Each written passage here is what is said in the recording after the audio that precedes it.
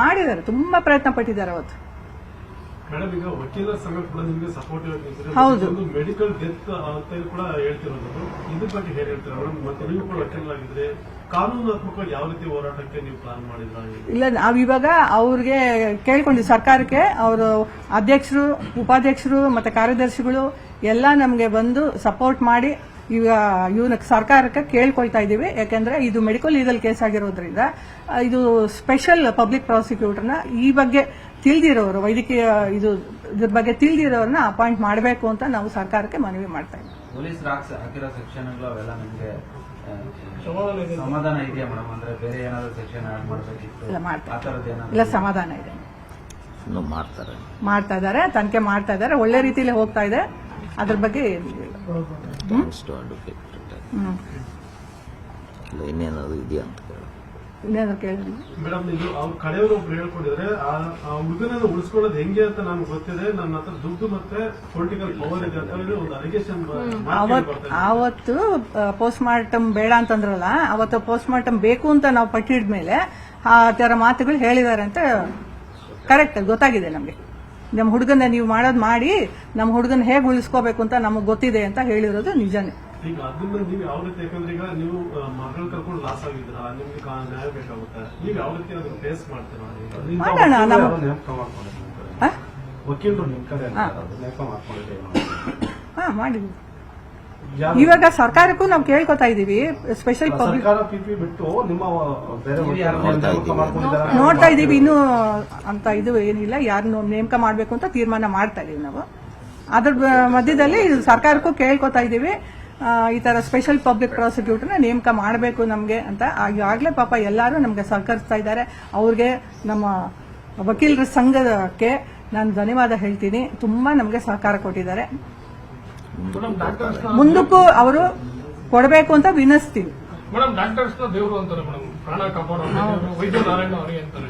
ಈ ತರದವ್ರು ಅಂತ ವೈದ್ಯ ಕುಲಕ್ಕೆ ಅವಮಾನ. ಹೌದು, ಅವಮಾನ ಅಂತಲ್ಲ, ಕಪ್ಪು ಚುಕ್ಕೆ ಅಂತ ಹೇಳ್ಬೋದು. ಇನ್ನೇನ್ ಹೇಳೋದು, ಅವರ ಪ್ರಾಣ ಉಳಿಸೋರ ಪ್ರಾಣ ತೆಗೆದ್ಬಿಟ್ರೆ ಏನ್ ಮಾಡಕ್ಕಾಗುತ್ತೆ? ಇದು ಅವ್ರ ವೃತ್ತಿಗೇನೆ ಒಂಥರ ಅವಮಾನ, ಕಪ್ಪು ಚುಕ್ಕೆ ಅಂತ ಹೇಳ್ಬೋದು. ಎಲ್ಲಾರ್ಗು ಒಬ್ಬರು ಮಾಡೋದ್ರಿಂದ ಎಲ್ಲಾರ್ಗು ಈ ತರ ಕೆಟ್ಟ ಹೆಸರು. ಮೇಡಮ್, ಈತ ಮಾತ್ರ ಅಲ್ಲ, ಕುಟುಂಬಸ್ಥರಿಗೂ ಕೂಡ ಕ್ರಿಮಿನಲ್ ಬ್ಯಾಕ್ ಗ್ರೌಂಡ್ ಇದೆ.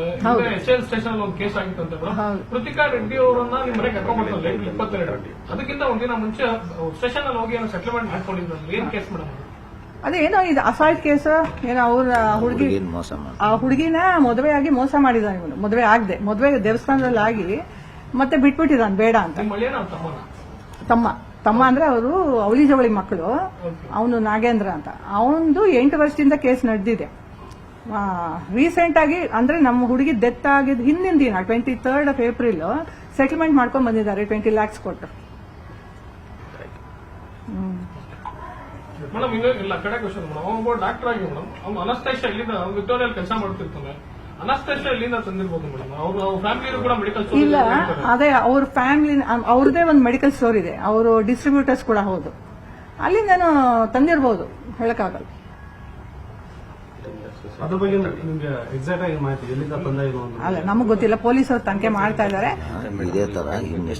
ಇವಾಗ ನಾನು ಹೇಳೋದು, ಇವಾಗ ನಮ್ಮ ಹುಡುಗಿಗೆ ಈ ತರ ಮಾಡಿದಾನಲ್ಲ, ಇದ್ರ ಹಿಂದೆ ಇನ್ನೆಷ್ಟು ಜನ ಹುಡುಗಿರಿಗೆ ಈ ತರ ಮಾಡಿದಾನ, ಅಥವಾ ಅವನ್ನ ಬಿಟ್ರೆ ಮುಂದಕ್ಕೆ ಇನ್ನೆಷ್ಟು ಜನ ಹುಡುಗಿರು ಈ ತರ ಮಾಡಬಹುದು ಅನ್ನೋದು ಮಾಡಿದಾನೋ. ಕೆಲವೊಂದಷ್ಟು ಜನ ಡಾಕ್ಟರ್ಗಳನ್ನ ಮತ್ತೆ ಕಾಂಟ್ಯಾಕ್ಟ್ ಅಲ್ಲಿದ್ದ ಅವ್ರನ್ನ ಒಬ್ಬನ ಮದುವೆ ಮಾಡ್ಕೊಳ್ಬೇಕು ಅಂತ ಬಹುಶಃ ಅವ್ರಿಗೆ ವಿಚಾರ ಎಲ್ಲ ಗೊತ್ತೋ ಇಲ್ಲ ಗೊತ್ತಿಲ್ಲ. ಇವನ್ನ ನಂಬ್ಕೊಂಡು ಬರೋಂತ ಹೆಣ್ಮಕ್ಳಿಗೆ ಏನ್ ಹೇಳ್ತೀರಾ ಮೇಡಮ್? ಮದುವೆ ಮೂಲಕ ಇಂಥ ಗೋಮುಖ ವ್ಯಾಘ್ರಗಳು ಸೊಸೈಟಿನಲ್ಲಿ ಬೇಕಾದ ಇರ್ತಾರೆ. ಹೆಣ್ಣು ಮಕ್ಕಳು ತುಂಬಾ ಕೇರ್ಫುಲ್ ಆಗಿರ್ಬೇಕು. ನಾನೇನ್ ಹೇಳ್ತೀನಿ ಅಂದ್ರೆ, ಮದುವೆನೇ ಅಲ್ಟಿಮೇಟ್ ಅಲ್ಲ. ಹೆಣ್ಮಕ್ಳಿಗೆ ಮದುವೆ ಅಲ್ಟಿಮೇಟ್ ಗೋಲ್ ಅಲ್ಲ, ಆಗ್ಬಾರ್ದು. ತಂದೆ ತಾಯಿಗಳು ಹೆಣ್ಣು ಮಕ್ಕಳನ್ನ ಚೆನ್ನಾಗಿ ಓದಿಸ್ಬೇಕು, ಫಸ್ಟ್ ವಿದ್ಯೆ ಕೊಡಬೇಕು, ಅವ್ರ ಕಾಲ ಮೇಲೆ ನಿಂತ್ಕೊಳ್ಳಂಗ್ ಮಾಡಬೇಕು. ನೆಕ್ಸ್ಟ್ ಯೋಚನೆ ಮಾಡಬೇಕು. ಮದುವೆ ಅನ್ನೋದು ಆತರ ಪಡೋ ವಿಚಾರನೇ ಅಲ್ಲ. ಎಲ್ಲಾ ತಂದೆ ತಾಯಿಗಳು ನಾನು ಹೇಳೋದು, ಆತರ ಪಡಬೇಡಿ ಯಾರೂನು. ಎಲ್ಲ ವಿಚಾರಿಸಿ ನೋಡಿ. ಅದಕ್ಕೆ ಮುಂಚೆ ಕಂಪ್ಲೀಟ್ ಆಗಿ ಅವರು ಎಷ್ಟು ಓದ್ತಾರೋ ಅಷ್ಟು ಓದಿಸಿ ಫಸ್ಟ್ ಅವ್ರ ಕಾಲ ಮೇಲೆ ಅವ್ರು ನಿಂತ್ಕೋಬೇಕು. ಯಾರ ಮೇಲೂ ಅವಲಂಬಿಸಬಾರ್ದು ಅಂತ ನಾನು ಹೇಳ್ತೀನಿ. ಇಷ್ಟ ಇಲ್ಲ ಅಂದ್ರೆ ಕಾನೂನು ಇತ್ತು ದೇಶದಲ್ಲಿ, ಇಷ್ಟ ಇಲ್ಲ ಅಂದ್ರೆ ಕಾನೂನು ಇತ್ತು, ಲೀಗಲಿ ದೂರ ಆಗ್ಬೋದಿತ್ತು. ಕೊಲೆ ಮಾಡೋಣ ಅಂತ ಹೋಗ್ಬಾರ್ದು. ಹೌದು, ನಾನು ಅದೇ ಹೇಳೋದು, ನೀನ್ ಇಷ್ಟ ಇಲ್ಲ ಅಂದ್ರೆ ಬಿಟ್ಬಿಡು, ಬೇಡ. ಅಥವಾ ನಮ್ಮಿಬ್ಬರನ್ನೇ ಕೂರ್ಸ್ಕೊಂಡು ಹೇಳಿ, ಅಥವಾ ಮಗಳಿಗೆ ಹೇಳ್ಬೋದಾಗಿತ್ತು, ನೀನಂದ್ರೆ ಇಷ್ಟ ಇಲ್ಲಮ್ಮ ಅಂತ ನಮ್ಗೆ ಹೇಳ್ಬೋದಾಗಿತ್ತು. ಎಲ್ಲ ಮೋಟಿವ್ ಬೇರೆ ಇರುತ್ತೆ. ಅವನ್ಗೆ ಮೋಟಿವ್ ಬೇರೆ ಇದೆ. ಇವಾಗ ನಮ್ಮ ಮಗಳಿಗೆ ಆಗಿರೋ ತರ ಬೇರೆ ಯಾವ ಹೆಣ್ಣಿಗೂ ಅನ್ಯಾಯ ಆಗ್ಬಾರ್ದು. ಇದು ಹೇಳಿರೋದು ಬೇರೆ, ಅವನು ಸುಮ್ಮನೆ. ಈಗ ನಾವು ಈಗ ಮನೇನ ಇಸ್ಕಾನ್ಗೆ ಕೊಟ್ಬಿಟ್ಟಿದ್ವಿ.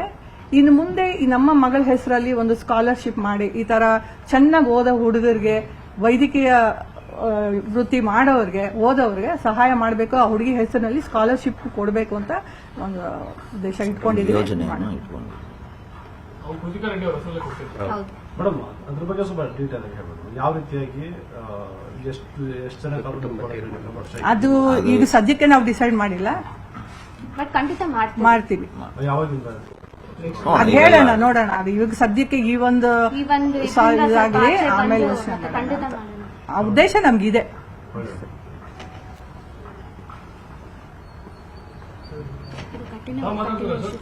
ಶಿಕ್ಷೆ ಇವಾಗ ಏನಿಲ್ಲ, ಕೊನೆಯದಾಗ ಕೇಳ್ಕೊಳ್ಳೋದಾದ್ರೆ ಅವನಿಗೆ ಪೊಲೀಸರು ತನಿಖೆ ಮಾಡ್ತಾ ಇದ್ದಾರೆ, ಎಲ್ಲ ಮಾಡ್ತಾ ಇದ್ದಾರೆ. ನಮಗೆ ಪೊಲೀಸರ ಮೇಲೆ, ಮೀಡಿಯಾ ಮೇಲೆ, ಎಲ್ಲರೂ ವಕೀಲರ ಮೇಲೆ ಎಲ್ಲರೂ ಸಹಕಾರ ಕೊಡ್ತಾ ಇದ್ದಾರೆ. ಎಲ್ಲರಿಗೂ ಧನ್ಯವಾದ ಹೇಳಕ್ ಇಷ್ಟಪಡ್ತೀನಿ. ಮತ್ತೆ ಅವನಿಗೆ ಕಠಿಣ ಶಿಕ್ಷೆ ಕೊಡಬೇಕು ಅಂತ ಕೇಳ್ಕೊತೀನಿ. ನಿರ್ಭೀತ, ನಿಷ್ಪಕ್ಷಪಾತ, ವಿಶ್ವಾಸಾರ್ಹ ಸುದ್ದಿಗಳಿಗೆ ಮತ್ತೊಂದು ಹೆಸರಾಗಿರುವಂತ ನ್ಯೂಸ್ 18 ಕನ್ನಡ ಈಗ ಆಪ್ನಲ್ಲೂ ಲಭ್ಯವಿದೆ. ದಯವಿಟ್ಟು ಇಲ್ಲಿರುವಂತ QR ಕೋಡ್ ಸ್ಕ್ಯಾನ್ ಮಾಡಿಕೊಂಡು ಆಪ್ ಡೌನ್ಲೋಡ್ ಮಾಡೋದಕ್ಕೆ ಮರಿಬೇಡಿ. ನಿಮ್ಮ ಬೆಂಬಲ ಹೀಗೆ ಸದಾ ನಮ್ಮೊಂದಿಗಿರಲಿ. ಧನ್ಯವಾದ.